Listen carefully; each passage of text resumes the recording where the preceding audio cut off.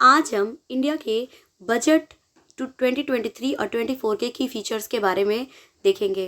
Ministry of finance ने इसको present किया है, निर्मला सीतारमण के द्वारा इसको प्रेजेंट किया गया है। क्या की फीचर्स हैं हमारे 2023 बजट का, तो उस पर ध्यान देते हैं। सबसे पहले अगर हम देखें तो विजन फॉर अमृतकाल, नाम में ही है कि मतलब दूरदर्शिता देखी जा रही है। इसमें हम क्या देख रहे हैं, तो अमृतकाल के लिए, ठीक है। तो सबसे पहले हम यहाँ पर अपॉर्चुनिटी प्रोवाइड करेंगे यूथ के लिए। फोकस किस पे करेंगे, हमको यूथ पे करना है। किसी भी कंट्री के लिए यूथ जो है, जो वर्किंग एज ग्रुप है, वो बहुत इंपॉर्टेंट रखता है।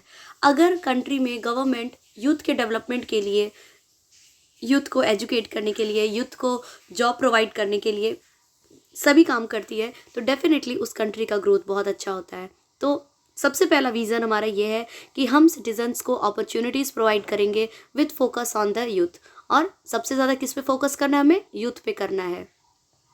इसके अलावा ग्रोथ एंड जॉब क्रिएशन। अब जॉब एंड ग्रोथ का जो कंडीशन है, तो अगर यूथ है, यूथ यानी कि युवा, हम जैसे युवा, तो हम क्या करेंगे, हमारे लिए क्या करना है, एजुकेशन के साथ साथ स्किल डेवलपमेंट और उनको बेटर जॉब की अपॉर्चुनिटी प्रोवाइड करनी है। जब जॉब की क्रिएशन अच्छी होगी तो लोग जॉब करेंगे, एंड जॉब करने के बाद हमारी जो कंट्री की इकोनॉमिक कंडीशन है वो और बेहतर होगी और ग्रोथ अल्टीमेटली हमें मिलेगा। नेक्स्ट आते हैं हम strong and stable macro economic environment. अब मैक्रो इकोनॉमिक इन्वायरमेंट क्या है, तो फॉर एग्जांपल माइक्रो इन्वायरमेंट यानी कि विद इन द ऑर्गेनाइजेशन जो भी वातावरण होता है, जैसे कि आपका कैपिटल हो गया या फिर लेबर से रिलेटेड प्रॉब्लम्स हो गए, ये सब माइक्रो इकोनॉमिक में आ जाएंगे। मैक्रो इकोनॉमिक में क्या है, as a whole country, as a whole level पे जो प्रॉब्लम हो, फॉर एग्जांपल सेंट्रल गवर्नमेंट से रिलेटेड कोई प्रॉब्लम है, स्टेट गवर्नमेंट से रिलेटेड कोई प्रॉब्लम है, कोई मतलब पॉलिसी उनकी चेंज हो गई, या फिर और भी कॉम्पिटिटर जो हमारा है उसकी पॉलिसी चेंज हो गई, और सप्लायर का पॉलिसी चेंज हो गया, वॉट एवर, जितने भी फैक्टर्स जो हैं एज अ होल कंट्री मतलब आपको इफेक्ट कर रहे हैं, outer factors that are considered in macro economic environment. तो यहाँ पर हमें बात करनी है स्ट्रॉन्ग और स्टेबल मैक्रो इकोनॉमिक इन्वायरमेंट को भी क्रिएट करके रखना है, क्योंकि अल्टीमेटली हमारा जॉब का क्रिएशन एंड यहीं से होगा। और जॉब का क्रिएशन होगा जब यूथ एम्प्लॉयड होंगे, तो वहाँ पर क्या होगा, ग्रोथ ऑटोमेटिकली आ जाएगी कंट्री में। तो ये हमारा विज़न है 23-24 का। नेक्स्ट हम बात करते हैं सप्तऋषि। सप्तऋषि यानी कि 7 प्रियोरिटीज़ की बात की गई है। ये हमारा जो कॉन्स्टलेशन तारा नक्षत्र वाला सप्तऋषि नहीं, उनके नाम से लिया गया है, क्योंकि देखिए भारत में अब चीज़ों को ना आध्यात्मिकता से भी थोड़ा सा जोड़ दिया जाता है ना। तो यहाँ पर सप्तऋषि नाम है, तो थोड़ा अट्रैक्टिव नाम है, नाम याद करने में भी आसान रहेगा कि कितने फीचर्स की एरियाज़ है, कितनी प्रियोरिटीज़ है। तो कभी कभी काउंटिंग में मिस्टेक हो जाती है, तो हमें अब याद रहेगा सप्तऋषि। 7 प्रियोरिटीज़ पे भारत सरकार को इस साल ध्यान देना है। अगर हम बात करें तो शुरुआत करते हैं हम सबका साथ सबका विकास यानी कि इंक्लूसिव डेवलपमेंट। इंक्लूसिव डेवलपमेंट क्या मतलब होता है इसका, इसका मतलब ये होता है, इंक्लूड करने का मतलब क्या होता है, इंक्लूड करना यानी किसी चीज़ को उसमें डालना, एक्सक्लूड यानी कि बाहर करना। तो यहाँ पर इंक्लूसिव एजुकेशन की बात की जा रही है, इंक्लूसिव डेवलपमेंट की बात की जा रही है। दैट मीन्स कि सभी के लिए सबका विकास, एवरी वन आर इक्वल, ठीक, जेंडर कोई फ़र्क नहीं पड़ता, और कास्ट कोई फ़र्क नहीं पड़ता, रिलीजन कोई फ़र्क नहीं पड़ता, सबको। इवन ये सारे फैक्टर्स तो हो गए, इसके अलावा भी आपका देखते हैं फिजिकली हैंडीकैप्ड होते हैं जिनको दिव्यांग कहा जाता है, उनके एजुकेशन के लिए भी बात की जाती है, उनको भी पढ़ाया जाता है, उनको भी बराबरी का दर्जा दिया जाता है, या ट्रांसजेंडर है उनको भी बराबरी का दर्जा है। तो मतलब सबका डेवलपमेंट करना है, किसी एक पर्टिकुलर ग्रुप का नहीं करना। जैसे वुमेन एम्पावरमेंट की बात करते थे तो तब तक था कि महिला सशक्तिकरण यानी सिर्फ महिलाओं को हमें आगे बढ़ाना है, लेकिन यहाँ पर बात की जा रही है किस चीज़ की, इंक्लूसिव डेवलपमेंट की। दैट मीन्स कि सबका विकास सबका साथ, सबका साथ सबका विकास। ओके, क्लियर है। तो 1 बाय 1 करके हम सबको डिटेल में पढ़ेंगे। फिर हम आते हैं इंफ्रास्ट्रक्चर एंड इन्वेस्टमेंट पे। अब इंफ्रास्ट्रक्चर और इन्वेस्टमेंट ये बहुत ही इंपॉर्टेंट कॉन्सेप्ट है, और आज के टाइम पे मतलब डिमांड और नीड बहुत ज़्यादा है इस चीज़ की, क्योंकि इन्वेस्टमेंट एक ऐसा प्रोसेस है जो मार्केट में मनी को रेगुलेट करता रहता है। रेगुलेट करने का मतलब क्या होता है, रेगुलेशन। अगर कोई चीज़ मार्केट में कंटिन्यूअसली फ्लो डाउन कर रही है तो यानी कि वो चल रही है, अगर रुकी हुई है तो होता है ना, रुका हुआ पानी भी जो होता है कि आपका सीवेज बन जाता है, नाली का पानी बन जाता है, तो वैसे ही रुकाना नहीं है। सेविंग क्या होता है, सेविंग रुका हुआ होता है। तो सेविंग से मार्केट में मनी जनरेट नहीं हो रही है, तो उसका कोई फ़ायदा नहीं होगा हमारे कंट्री पे, ठीक है। लेकिन इन्वेस्टमेंट कर दिया तो बहता हुआ जल क्या होता है, नदी होती है, जा करके समुद्र में मिल रहा है ना। तो वैसे ही हमारा इन्वेस्टमेंट है, इन्वेस्टमेंट से मार्केट में मनी जो है आपका फ्लो हो रहा है, एक पर्सन से दूसरे पर्सन को जा रहा है। तो इसके तरफ भी अगर हमको डेवलपमेंट करना है तो इसके तरफ भी हमको ध्यान देना होगा। नेक्स्ट है unleashing the potential. Unleashing the potential, जैसे पोटेंशियल मतलब काबिलियत, आपके अंदर कितना पोटेंशियल है आपको नहीं पता, हम क्या कर सकते हैं हमें नहीं पता। तो इस चीज़ के लिए कोई बताता है ना हमें। जैसे एग्जाम्पल में अगर हम देखें तो हनुमान जी के पास बहुत शक्तियाँ थी, लेकिन वो अपनी शक्तियों को भूल गए थे, तो उन्हें याद दिलाना पड़ा था, ठीक है, किसके द्वारा, जामवंत जी के द्वारा। तो वैसे ही हमारे को अपनी अपनी मतलब अपने ड्रॉबैक्स या अपनी मतलब कह लीजिए अपने हमारे अंदर क्या पोटेंशियल है, क्या ताकत है, वो नहीं पता, उस चीज़ को भी बताना है। इसके लिए भी सरकार जो है, और यहाँ पे देखिए ये ग्रोथ का सिंबल बना हुआ है। दैट मीन्स व्हाट, कि हम ग्रोथ की तरफ आगे बढ़ेंगे, किस तरह से, कहाँ पर, जो भी अपना पोटेंशियल को पहचानना है और उसके बाद उससे रिलेटेड काम को करना है। क्लियर है। नेक्स्ट है ग्रीन ग्रोथ। ग्रीन ग्रोथ यानी कि अब देखिए इस टाइम पे गांधी जी ने कहा था कि जो रिसोर्सेज है ना वो हमारी नीड को फुलफ़िल कर सकते हैं, हमारी लालच को फुलफ़िल नहीं कर सकते हैं, है ना। तो लेकिन अभी क्या है, ह्यूमन बीइंग क्या कर रहा है, लालच में आकर के हम पेड़ों को काटते हैं, हम पौधों को काटते हैं, एकदम सब कुछ ख़त्म कर रहे हैं। तो वहाँ से क्या हो रहा है कि जो हमारा ग्लोबल वार्मिंग है या कह लीजिए मतलब डिफॉरेस्टेशन बढ़ रहा है, सारी नेचुरल कैलेमिटीज़ आने के चांसेस बढ़ रहे हैं। तो हमें ये नहीं करना है, हमें डेवलपमेंट चाहिए, लेकिन उस डेवलपमेंट के साथ साथ सस्टेनेबल डेवलपमेंट चाहिए, सतत विकास चाहिए।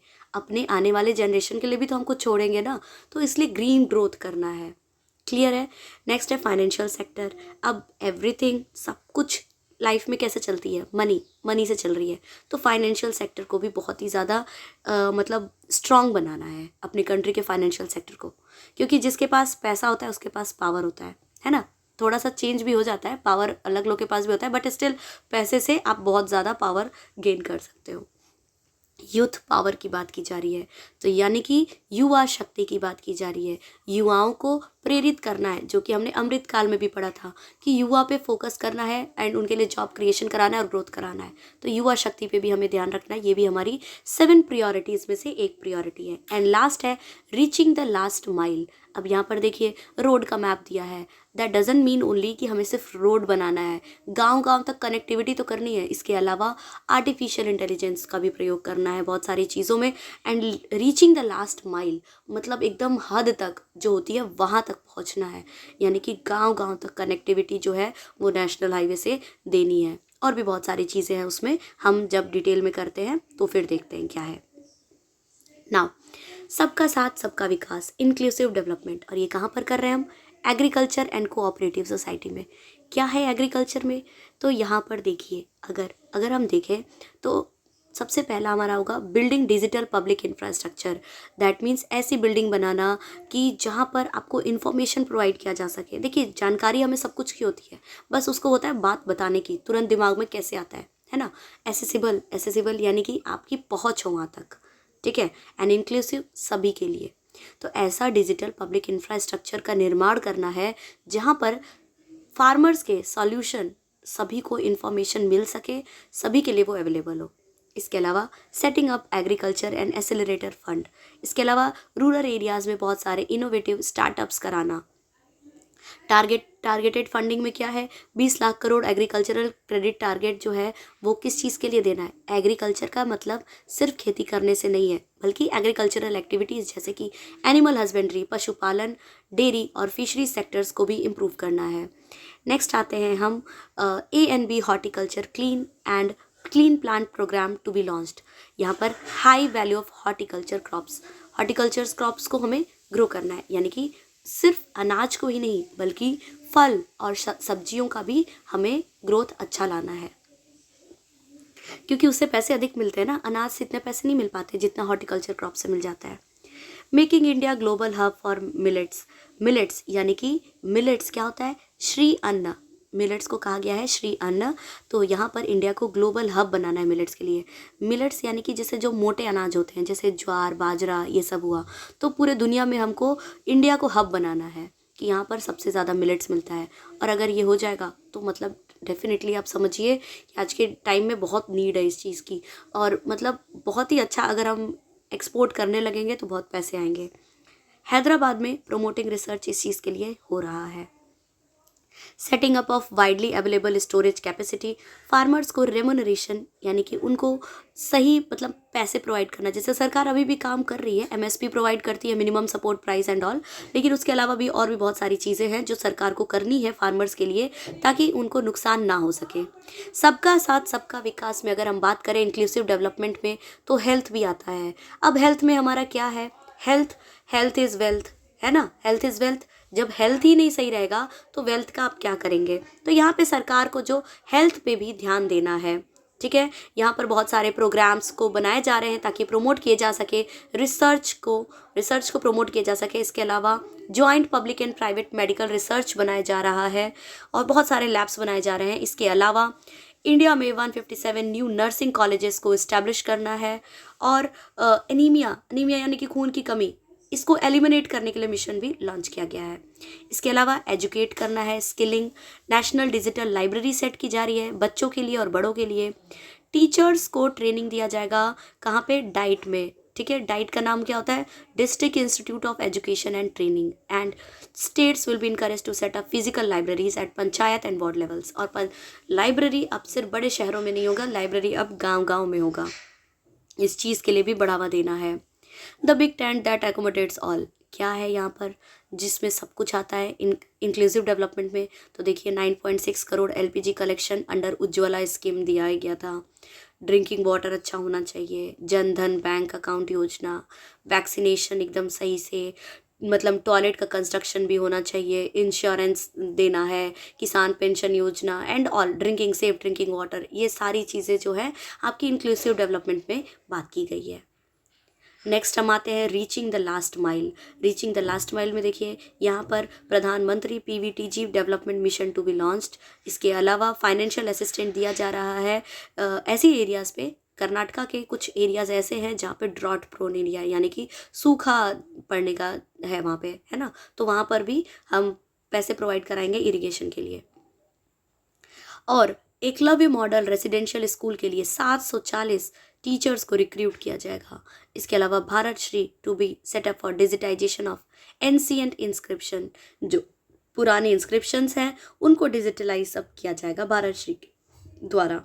इंफ्रास्ट्रक्चर और इन्वेस्टमेंट क्या है, तो इसके लिए अलग से मैंने टॉपिक बना रखा है। और इसके अलावा यहाँ पर बस हम इतना समझते हैं कि इन्वेस्टमेंट मैंने बताया ना, इन्वेस्टमेंट यानी कि मल्टीप्लायर इम्पैक्ट। इन्वेस्टमेंट करने से आपका जो कंट्री की प्रोडक्टिव कैपेसिटी है वो इम्प्रूव होती है और इससे एम्प्लॉयमेंट लेवल बढ़ता है और ऑटोमेटिकली ग्रोथ होता है कंट्री में। क्लियर है। और ये हमारा सिर्फ अर्बन में ही नहीं बल्कि गांव में भी करना है। साथ ही साथ रेलवेज में highest ever capital outlay 2.4 lakh crore जो है आपका रेलवेज में सिर्फ इन्वेस्ट किया जा रहा है। और भी बहुत सारी चीज़ें हैं जो इन्वेस्टमेंट में किया जा रहा है। इसके अलावा है potential trust based governance, unleashing the potential, जो मैंने बताया था ट्रस्ट बेस्ड गवर्नेंस। तो अनलीजिंग द पोटेंशियल में इंडिया को एआई आर्टिफिशियल इंटेलिजेंस, ठीक है, आर्टिफिशियल इंटेलिजेंस हमको एजुकेशनल इंस्टीट्यूशन में सेटअप करना है। और इसका आउटकम क्या है, क्यों बनाया जा रहा है ये, तो जो आर्टिफिशियल इंटेलिजेंस है वो हमें एग्रीकल्चर, हेल्थ और सस्टेनेबल सिटीज़ बनाने में मदद करेगा। नेशनल डेटा गवर्नेंस पॉलिसी जो है वो इंट्रोड्यूस किया जाएगा। विवाद से विश्वास जो है इसको भी बनाया जाएगा, ठीक है। विवाद से विश्वास मतलब विवाद क्या होता है, विवाद से ज़रूरी नहीं है कि आपको हमेशा पॉजिटिव कंक्लूजन ही मिले, ठीक है। हम चीज़ों पे फंस करके रह जाते हैं क्वेश्चनिंग माइंड से, लेकिन अगर हम विश्वास करते हैं, ट्रस्ट करते हैं तो everything is about the trust, ठीक है।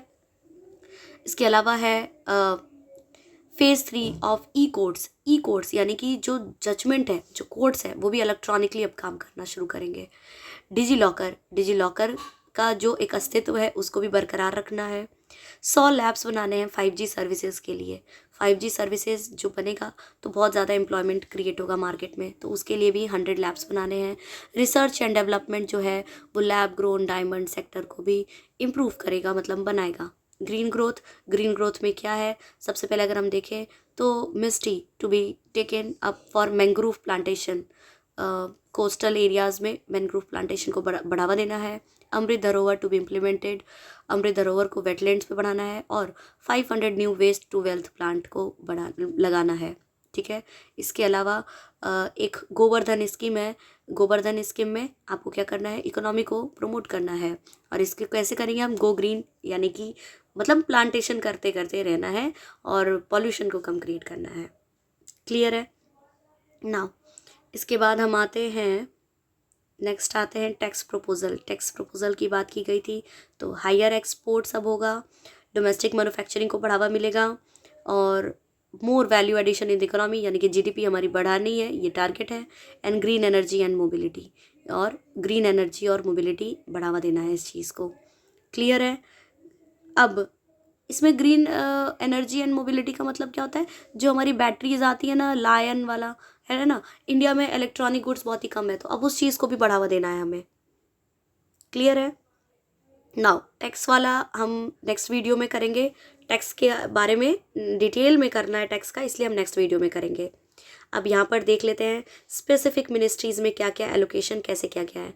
तो मिनिस्ट्री ऑफ डिफेंस में अप्रॉक्स 5.94 लाख करोड़ का इन्वेस्टमेंट करना है। Ministry of road transport and highways के लिए 2.7, देखिए सब कुछ लाख करोड़ में बता रही हूँ मैं, तो यहाँ पर सिर्फ ध्यान देना है कि हम क्या बोल रहे हैं। मिनिस्ट्री ऑफ डिफेंस में 5.94 lakh crore, ministry of road transport and highways में 2.70 lakh crore, ministry of railways में 2.41, ministry of consumer affair and food and public distribution में 2.06। सरकार कितनी चीज़ें कर रही हैं।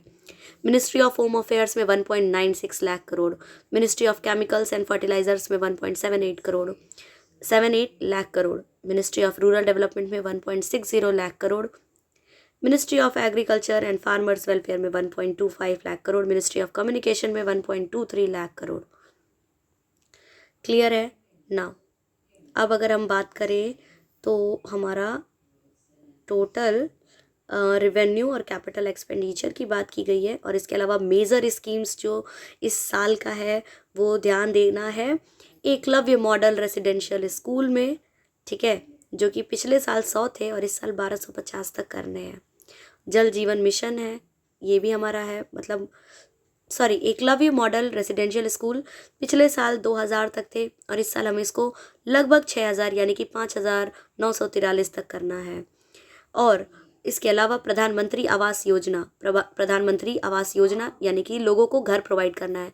जल जीवन मिशन को बढ़ावा देना है, और आपकी जो मेडिकल इंडस्ट्री है उसको बढ़ावा देना है। और faster adoption of manufacturing of EVs, मतलब यहाँ पर आपको कंपनी, मतलब car manufacturing companies, automobile manufacturing को बढ़ावा देना है।